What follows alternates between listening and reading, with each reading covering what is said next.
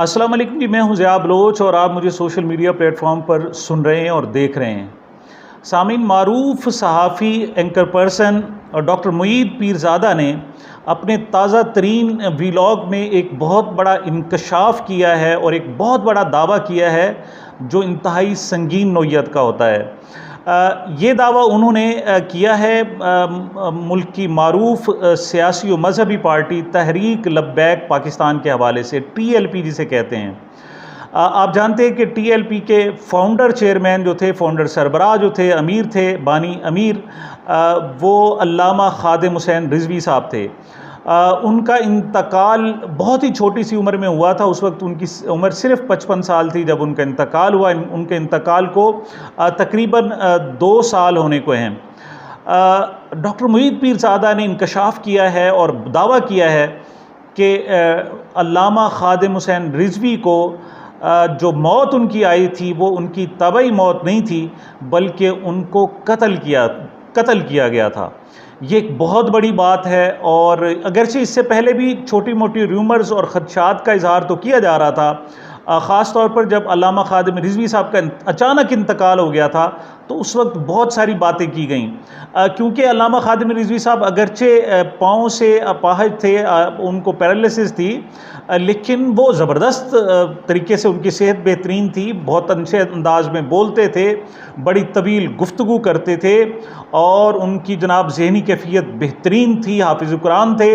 वो अल्लामा इकबाल के अशआर ऐसे सैकड़ों की तादाद में सुना दिया करते थे और उनको अहादीस ज़ुबानी याद होती थी, तवील अहादीस भी जो उनको ज़ुबानी याद होती थी, और किसी एक मौजू पर गुफ्तगू करते तो करते ही चले जाते थे।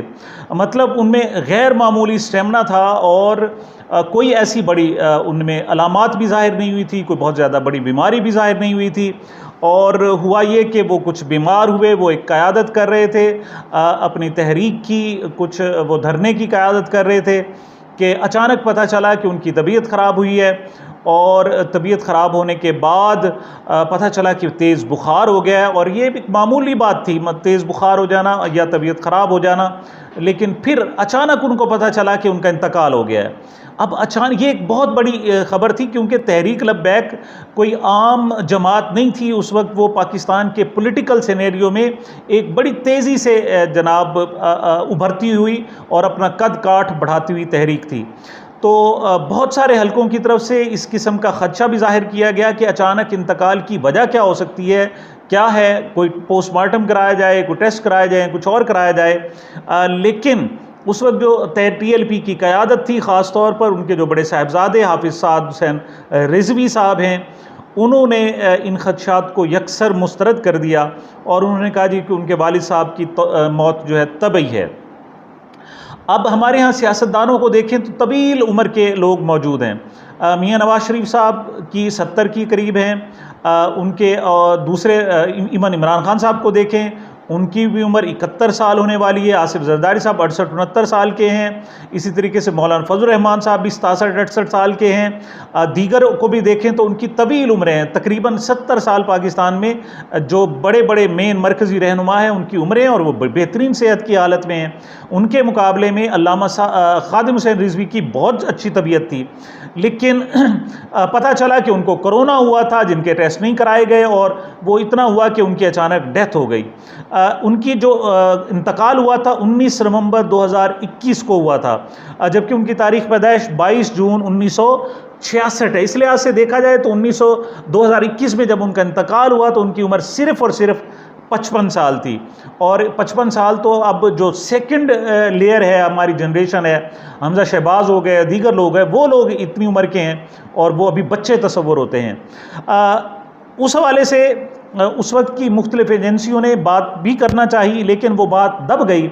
लेकिन अब मुईद पीरज़ादा साहब ने दर हकीकत ये जो गुफ्तगू की है, ये इमरान ख़ान की सेहत के हवाले से की है। गुज़श्ता रोज़ आपको पता है कि एक दिन की ताख़ीर से इस्लामाबाद हाई कोर्ट ने एक फ़ैसला सुनाया है, और फ़ैसला ये था कि इमरान ख़ान साहब को अंग्रेज़ी तर्जमे वाला कुरान और एक जाए नमाज दी जाए, और दूसरी तरफ उनकी घर वालों की मुलाकात की भी इजाज़त दी जाए। लेकिन बुनियादी तौर पर जो पिटीशन थी वो ये थी कि इमरान खान साहब को जो खाना दिया जा रहा है उसमें कुछ मिलाया जा सकता है और इमरान खान साहब की सेहत को ख़तरा हो सकता है। इस हवाले से इमरान खान जो मुईद पीरज़ादा ने गुफ्तगू की है वो ये नहीं होता कि किसी को फौरी तौर पर कोई जहर देकर फौरी तौर पर मार दिया जाए, या स्लो पॉइजनिंग का कॉन्सेप्ट भी बहुत पुराना है।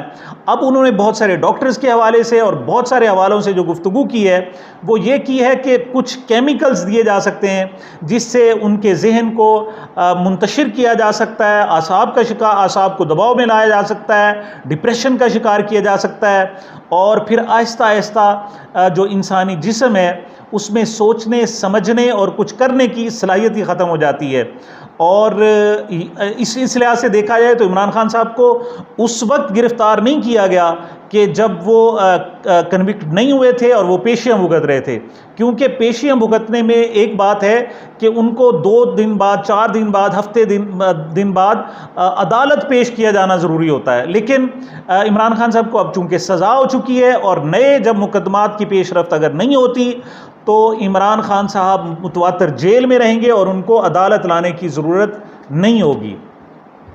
इस लिहाज से अगर उनको फ़र्ज़ करें कोई इस किस्म का केमिकल दिया जा रहा है जिसके उनके आसाब शल हो जाएं या आसाब सुन हो जाएं, उनकी सोचने समझने की सलाहियत ना रहे, तो इसके बाद में बहुत बड़े इम्पेक्ट्स हो सकते हैं। इस वक्त जो अगरचे तहरीक इंसाफ बहुत बड़ी सियासी जमात का होने का दावा कर रही है और मौजूद भी है और उनकी रूट्स भी मौजूद हैं, लेकिन अगर उनकी क़यादत में ही सलाहियत ना रहे और ख़ास तौर पर उनके जहन को डिप्रेस कर दिया जाए तो उससे नताइज बहुत मुख्तलिफ हो सकते हैं। तो डॉक्टर पीरज़ादा बुनियादी तौर पर एक मेडिकल डॉक्टर्स भी हैं। इस हवाले से उन्होंने मुख्तलिफ हवालों से बात की है और उनका कहना था कि इमरान खान के साथ खदशात हैं और इस वक्त उनकी जेल तब्दीली से बढ़कर जो सबसे ज़्यादा उनके लिए ज़रूरी है वो उनकी जान को ख़तरा है या जान को ख़तरे में डाला जाने के इम्कानात हैं। लिहाजा उन्होंने कहा है कि कम अज़ कम उनका जो खाना है वो उनके घर से लाया जाना ज़रूरी है।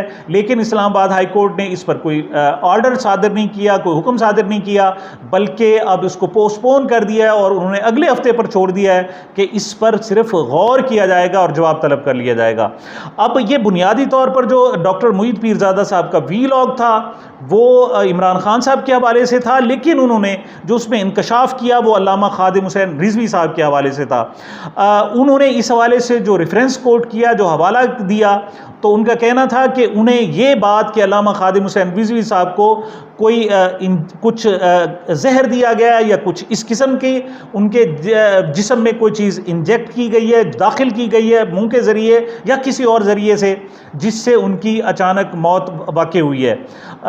उन्होंने इसका जो हवाला दिया वो फॉरेन मिशंस के हवाले से दिया और उन्होंने कहा कि उनकी बहुत सारे गैर मुल्की सफारतकारों से इस हवाले से बाकायदा बात हुई है और उन्होंने खदशात ज़ाहिर किए हैं। अब सफारतकार अगर एक सहाफ़ी को बता सकते हैं तो साफ ज़ाहिर है उन्होंने इस हवाले से उनके पास कोई ना कोई रिपोर्ट पहुंची होगी, कोई खुफिया एजेंसी या उनके अपने ज़राए के हवाले से कुछ ना कुछ पहुंचा होगा और उन्होंने इसका जिक्र किया और हो सकता है कि ये बात उन्होंने अपने मुतलका जो मुमालिक हैं, मुल्क हैं, उनको भी बताई हो।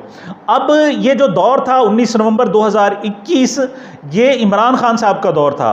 डॉक्टर मुईद पीरज़ादा साहब प्रो इमरान खान साहब कहलाते हैं और वो इमरान खान साहब की इस वक्त साइड भी लेते हैं, अगरचे वो इस वक्त जलावतन है और अमेरिका में ज़िंदगी गुजार रहे हैं। बहरहाल उनकी एक क्रेडिबिलिटी मौजूद है और उनकी जो कही हुई बातें होती हैं वो लॉजिकल होती हैं और ऐसे नहीं होता कि वो बिला वजह किसी पर इल्ज़ाम तराशी शुरू कर दें या बेबुनियाद इल्ज़ामात लगाना शुरू कर दें। उनकी कही हुई बात को मुख्तलिफ हलकों में सीरियस लिया जाता है। ये अलहदा बात है कि आजकल वो इस्टेब्लिशमेंट के चूँकि फरमाबरदार नहीं है और वो इस्टेब्लिशमेंट की हिमायत नहीं कर रहे, तो इस वजह से उनकी हिमायत शायद इस कदर ना हो। लेकिन 19 नवंबर को 2021 जो अल्लामा खादिम हुसैन रिजवी की वफ़ात का दिन था वो इमरान खान का ही दौरे हुकूमत था। अब ये वो किस पर इल्ज़ाम लगा रहे हैं? वो इमरान खान साहब की हुकूमत के हवाले से इल्ज़ाम लगा रहे हैं या इस्टेब्लिशमेंट के हवाले से बात कर रहे हैं? लेकिन ज़्यादातर जो उनका इशारा है वो अल्लामा खादिम हुसैन रिजवी साहब के कत्ल के हवाले से, वो इस्टेब्लिशमेंट और मुख्तलिफ एजेंसियों के हवाले से। तहरीक लब्बैक के कायद पर और अमीर पर ये इल्ज़ामात वाकई बहुत सीरियस हैं, और ऐसी सूरत में कि जब तहरीक लब्बैक पाकिस्तान तीसरी बड़ी सियासी जमात बनकर उभरी थी और उसने सिर्फ पंजाब में 18 लाख से ज़ायद वोट लिए थे, 1.8 मिलियन वोट्स, और उन्होंने जो मजमूई तौर पर थे पूरे पाकिस्तान भर से 22 लाख वोट लिए थे।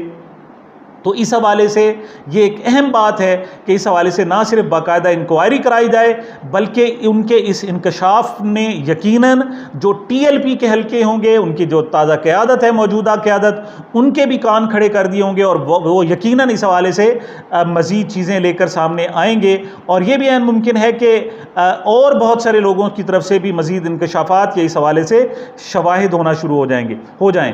बहरहाल मेरी इस हवाले से फ़ौरी तौर पर होगी कि एक बहुत बड़ा इल्ज़ाम है और एक साफ़ी लगा रहा है और इंकशाफ कर रहा है, तो इस हवाले से ज़रूरी है कि फ़ौरी तौर पर इसकी कोई ना कोई इंक्वायरी की जानी चाहिए और कौम को इससे आगाह किया जाना चाहिए, वरना फिर मसाइल मज़ीद बढ़ सकते हैं। और दूसरी तरफ इमरान खान की मौत की जान को भी अगर इस किस्म के संगीन ख़तरात हैं तो उनका भी बरवक्त तदारुक होना बहुत ज़रूरी है। सामिन, ये मेरी अब तक की गुजारिशात थी। मुझे मेरे चैनल को अपनी मोहब्बतों और दुआओं में याद रखिएगा। मिलते हैं छोटे से वक्फे के बाद।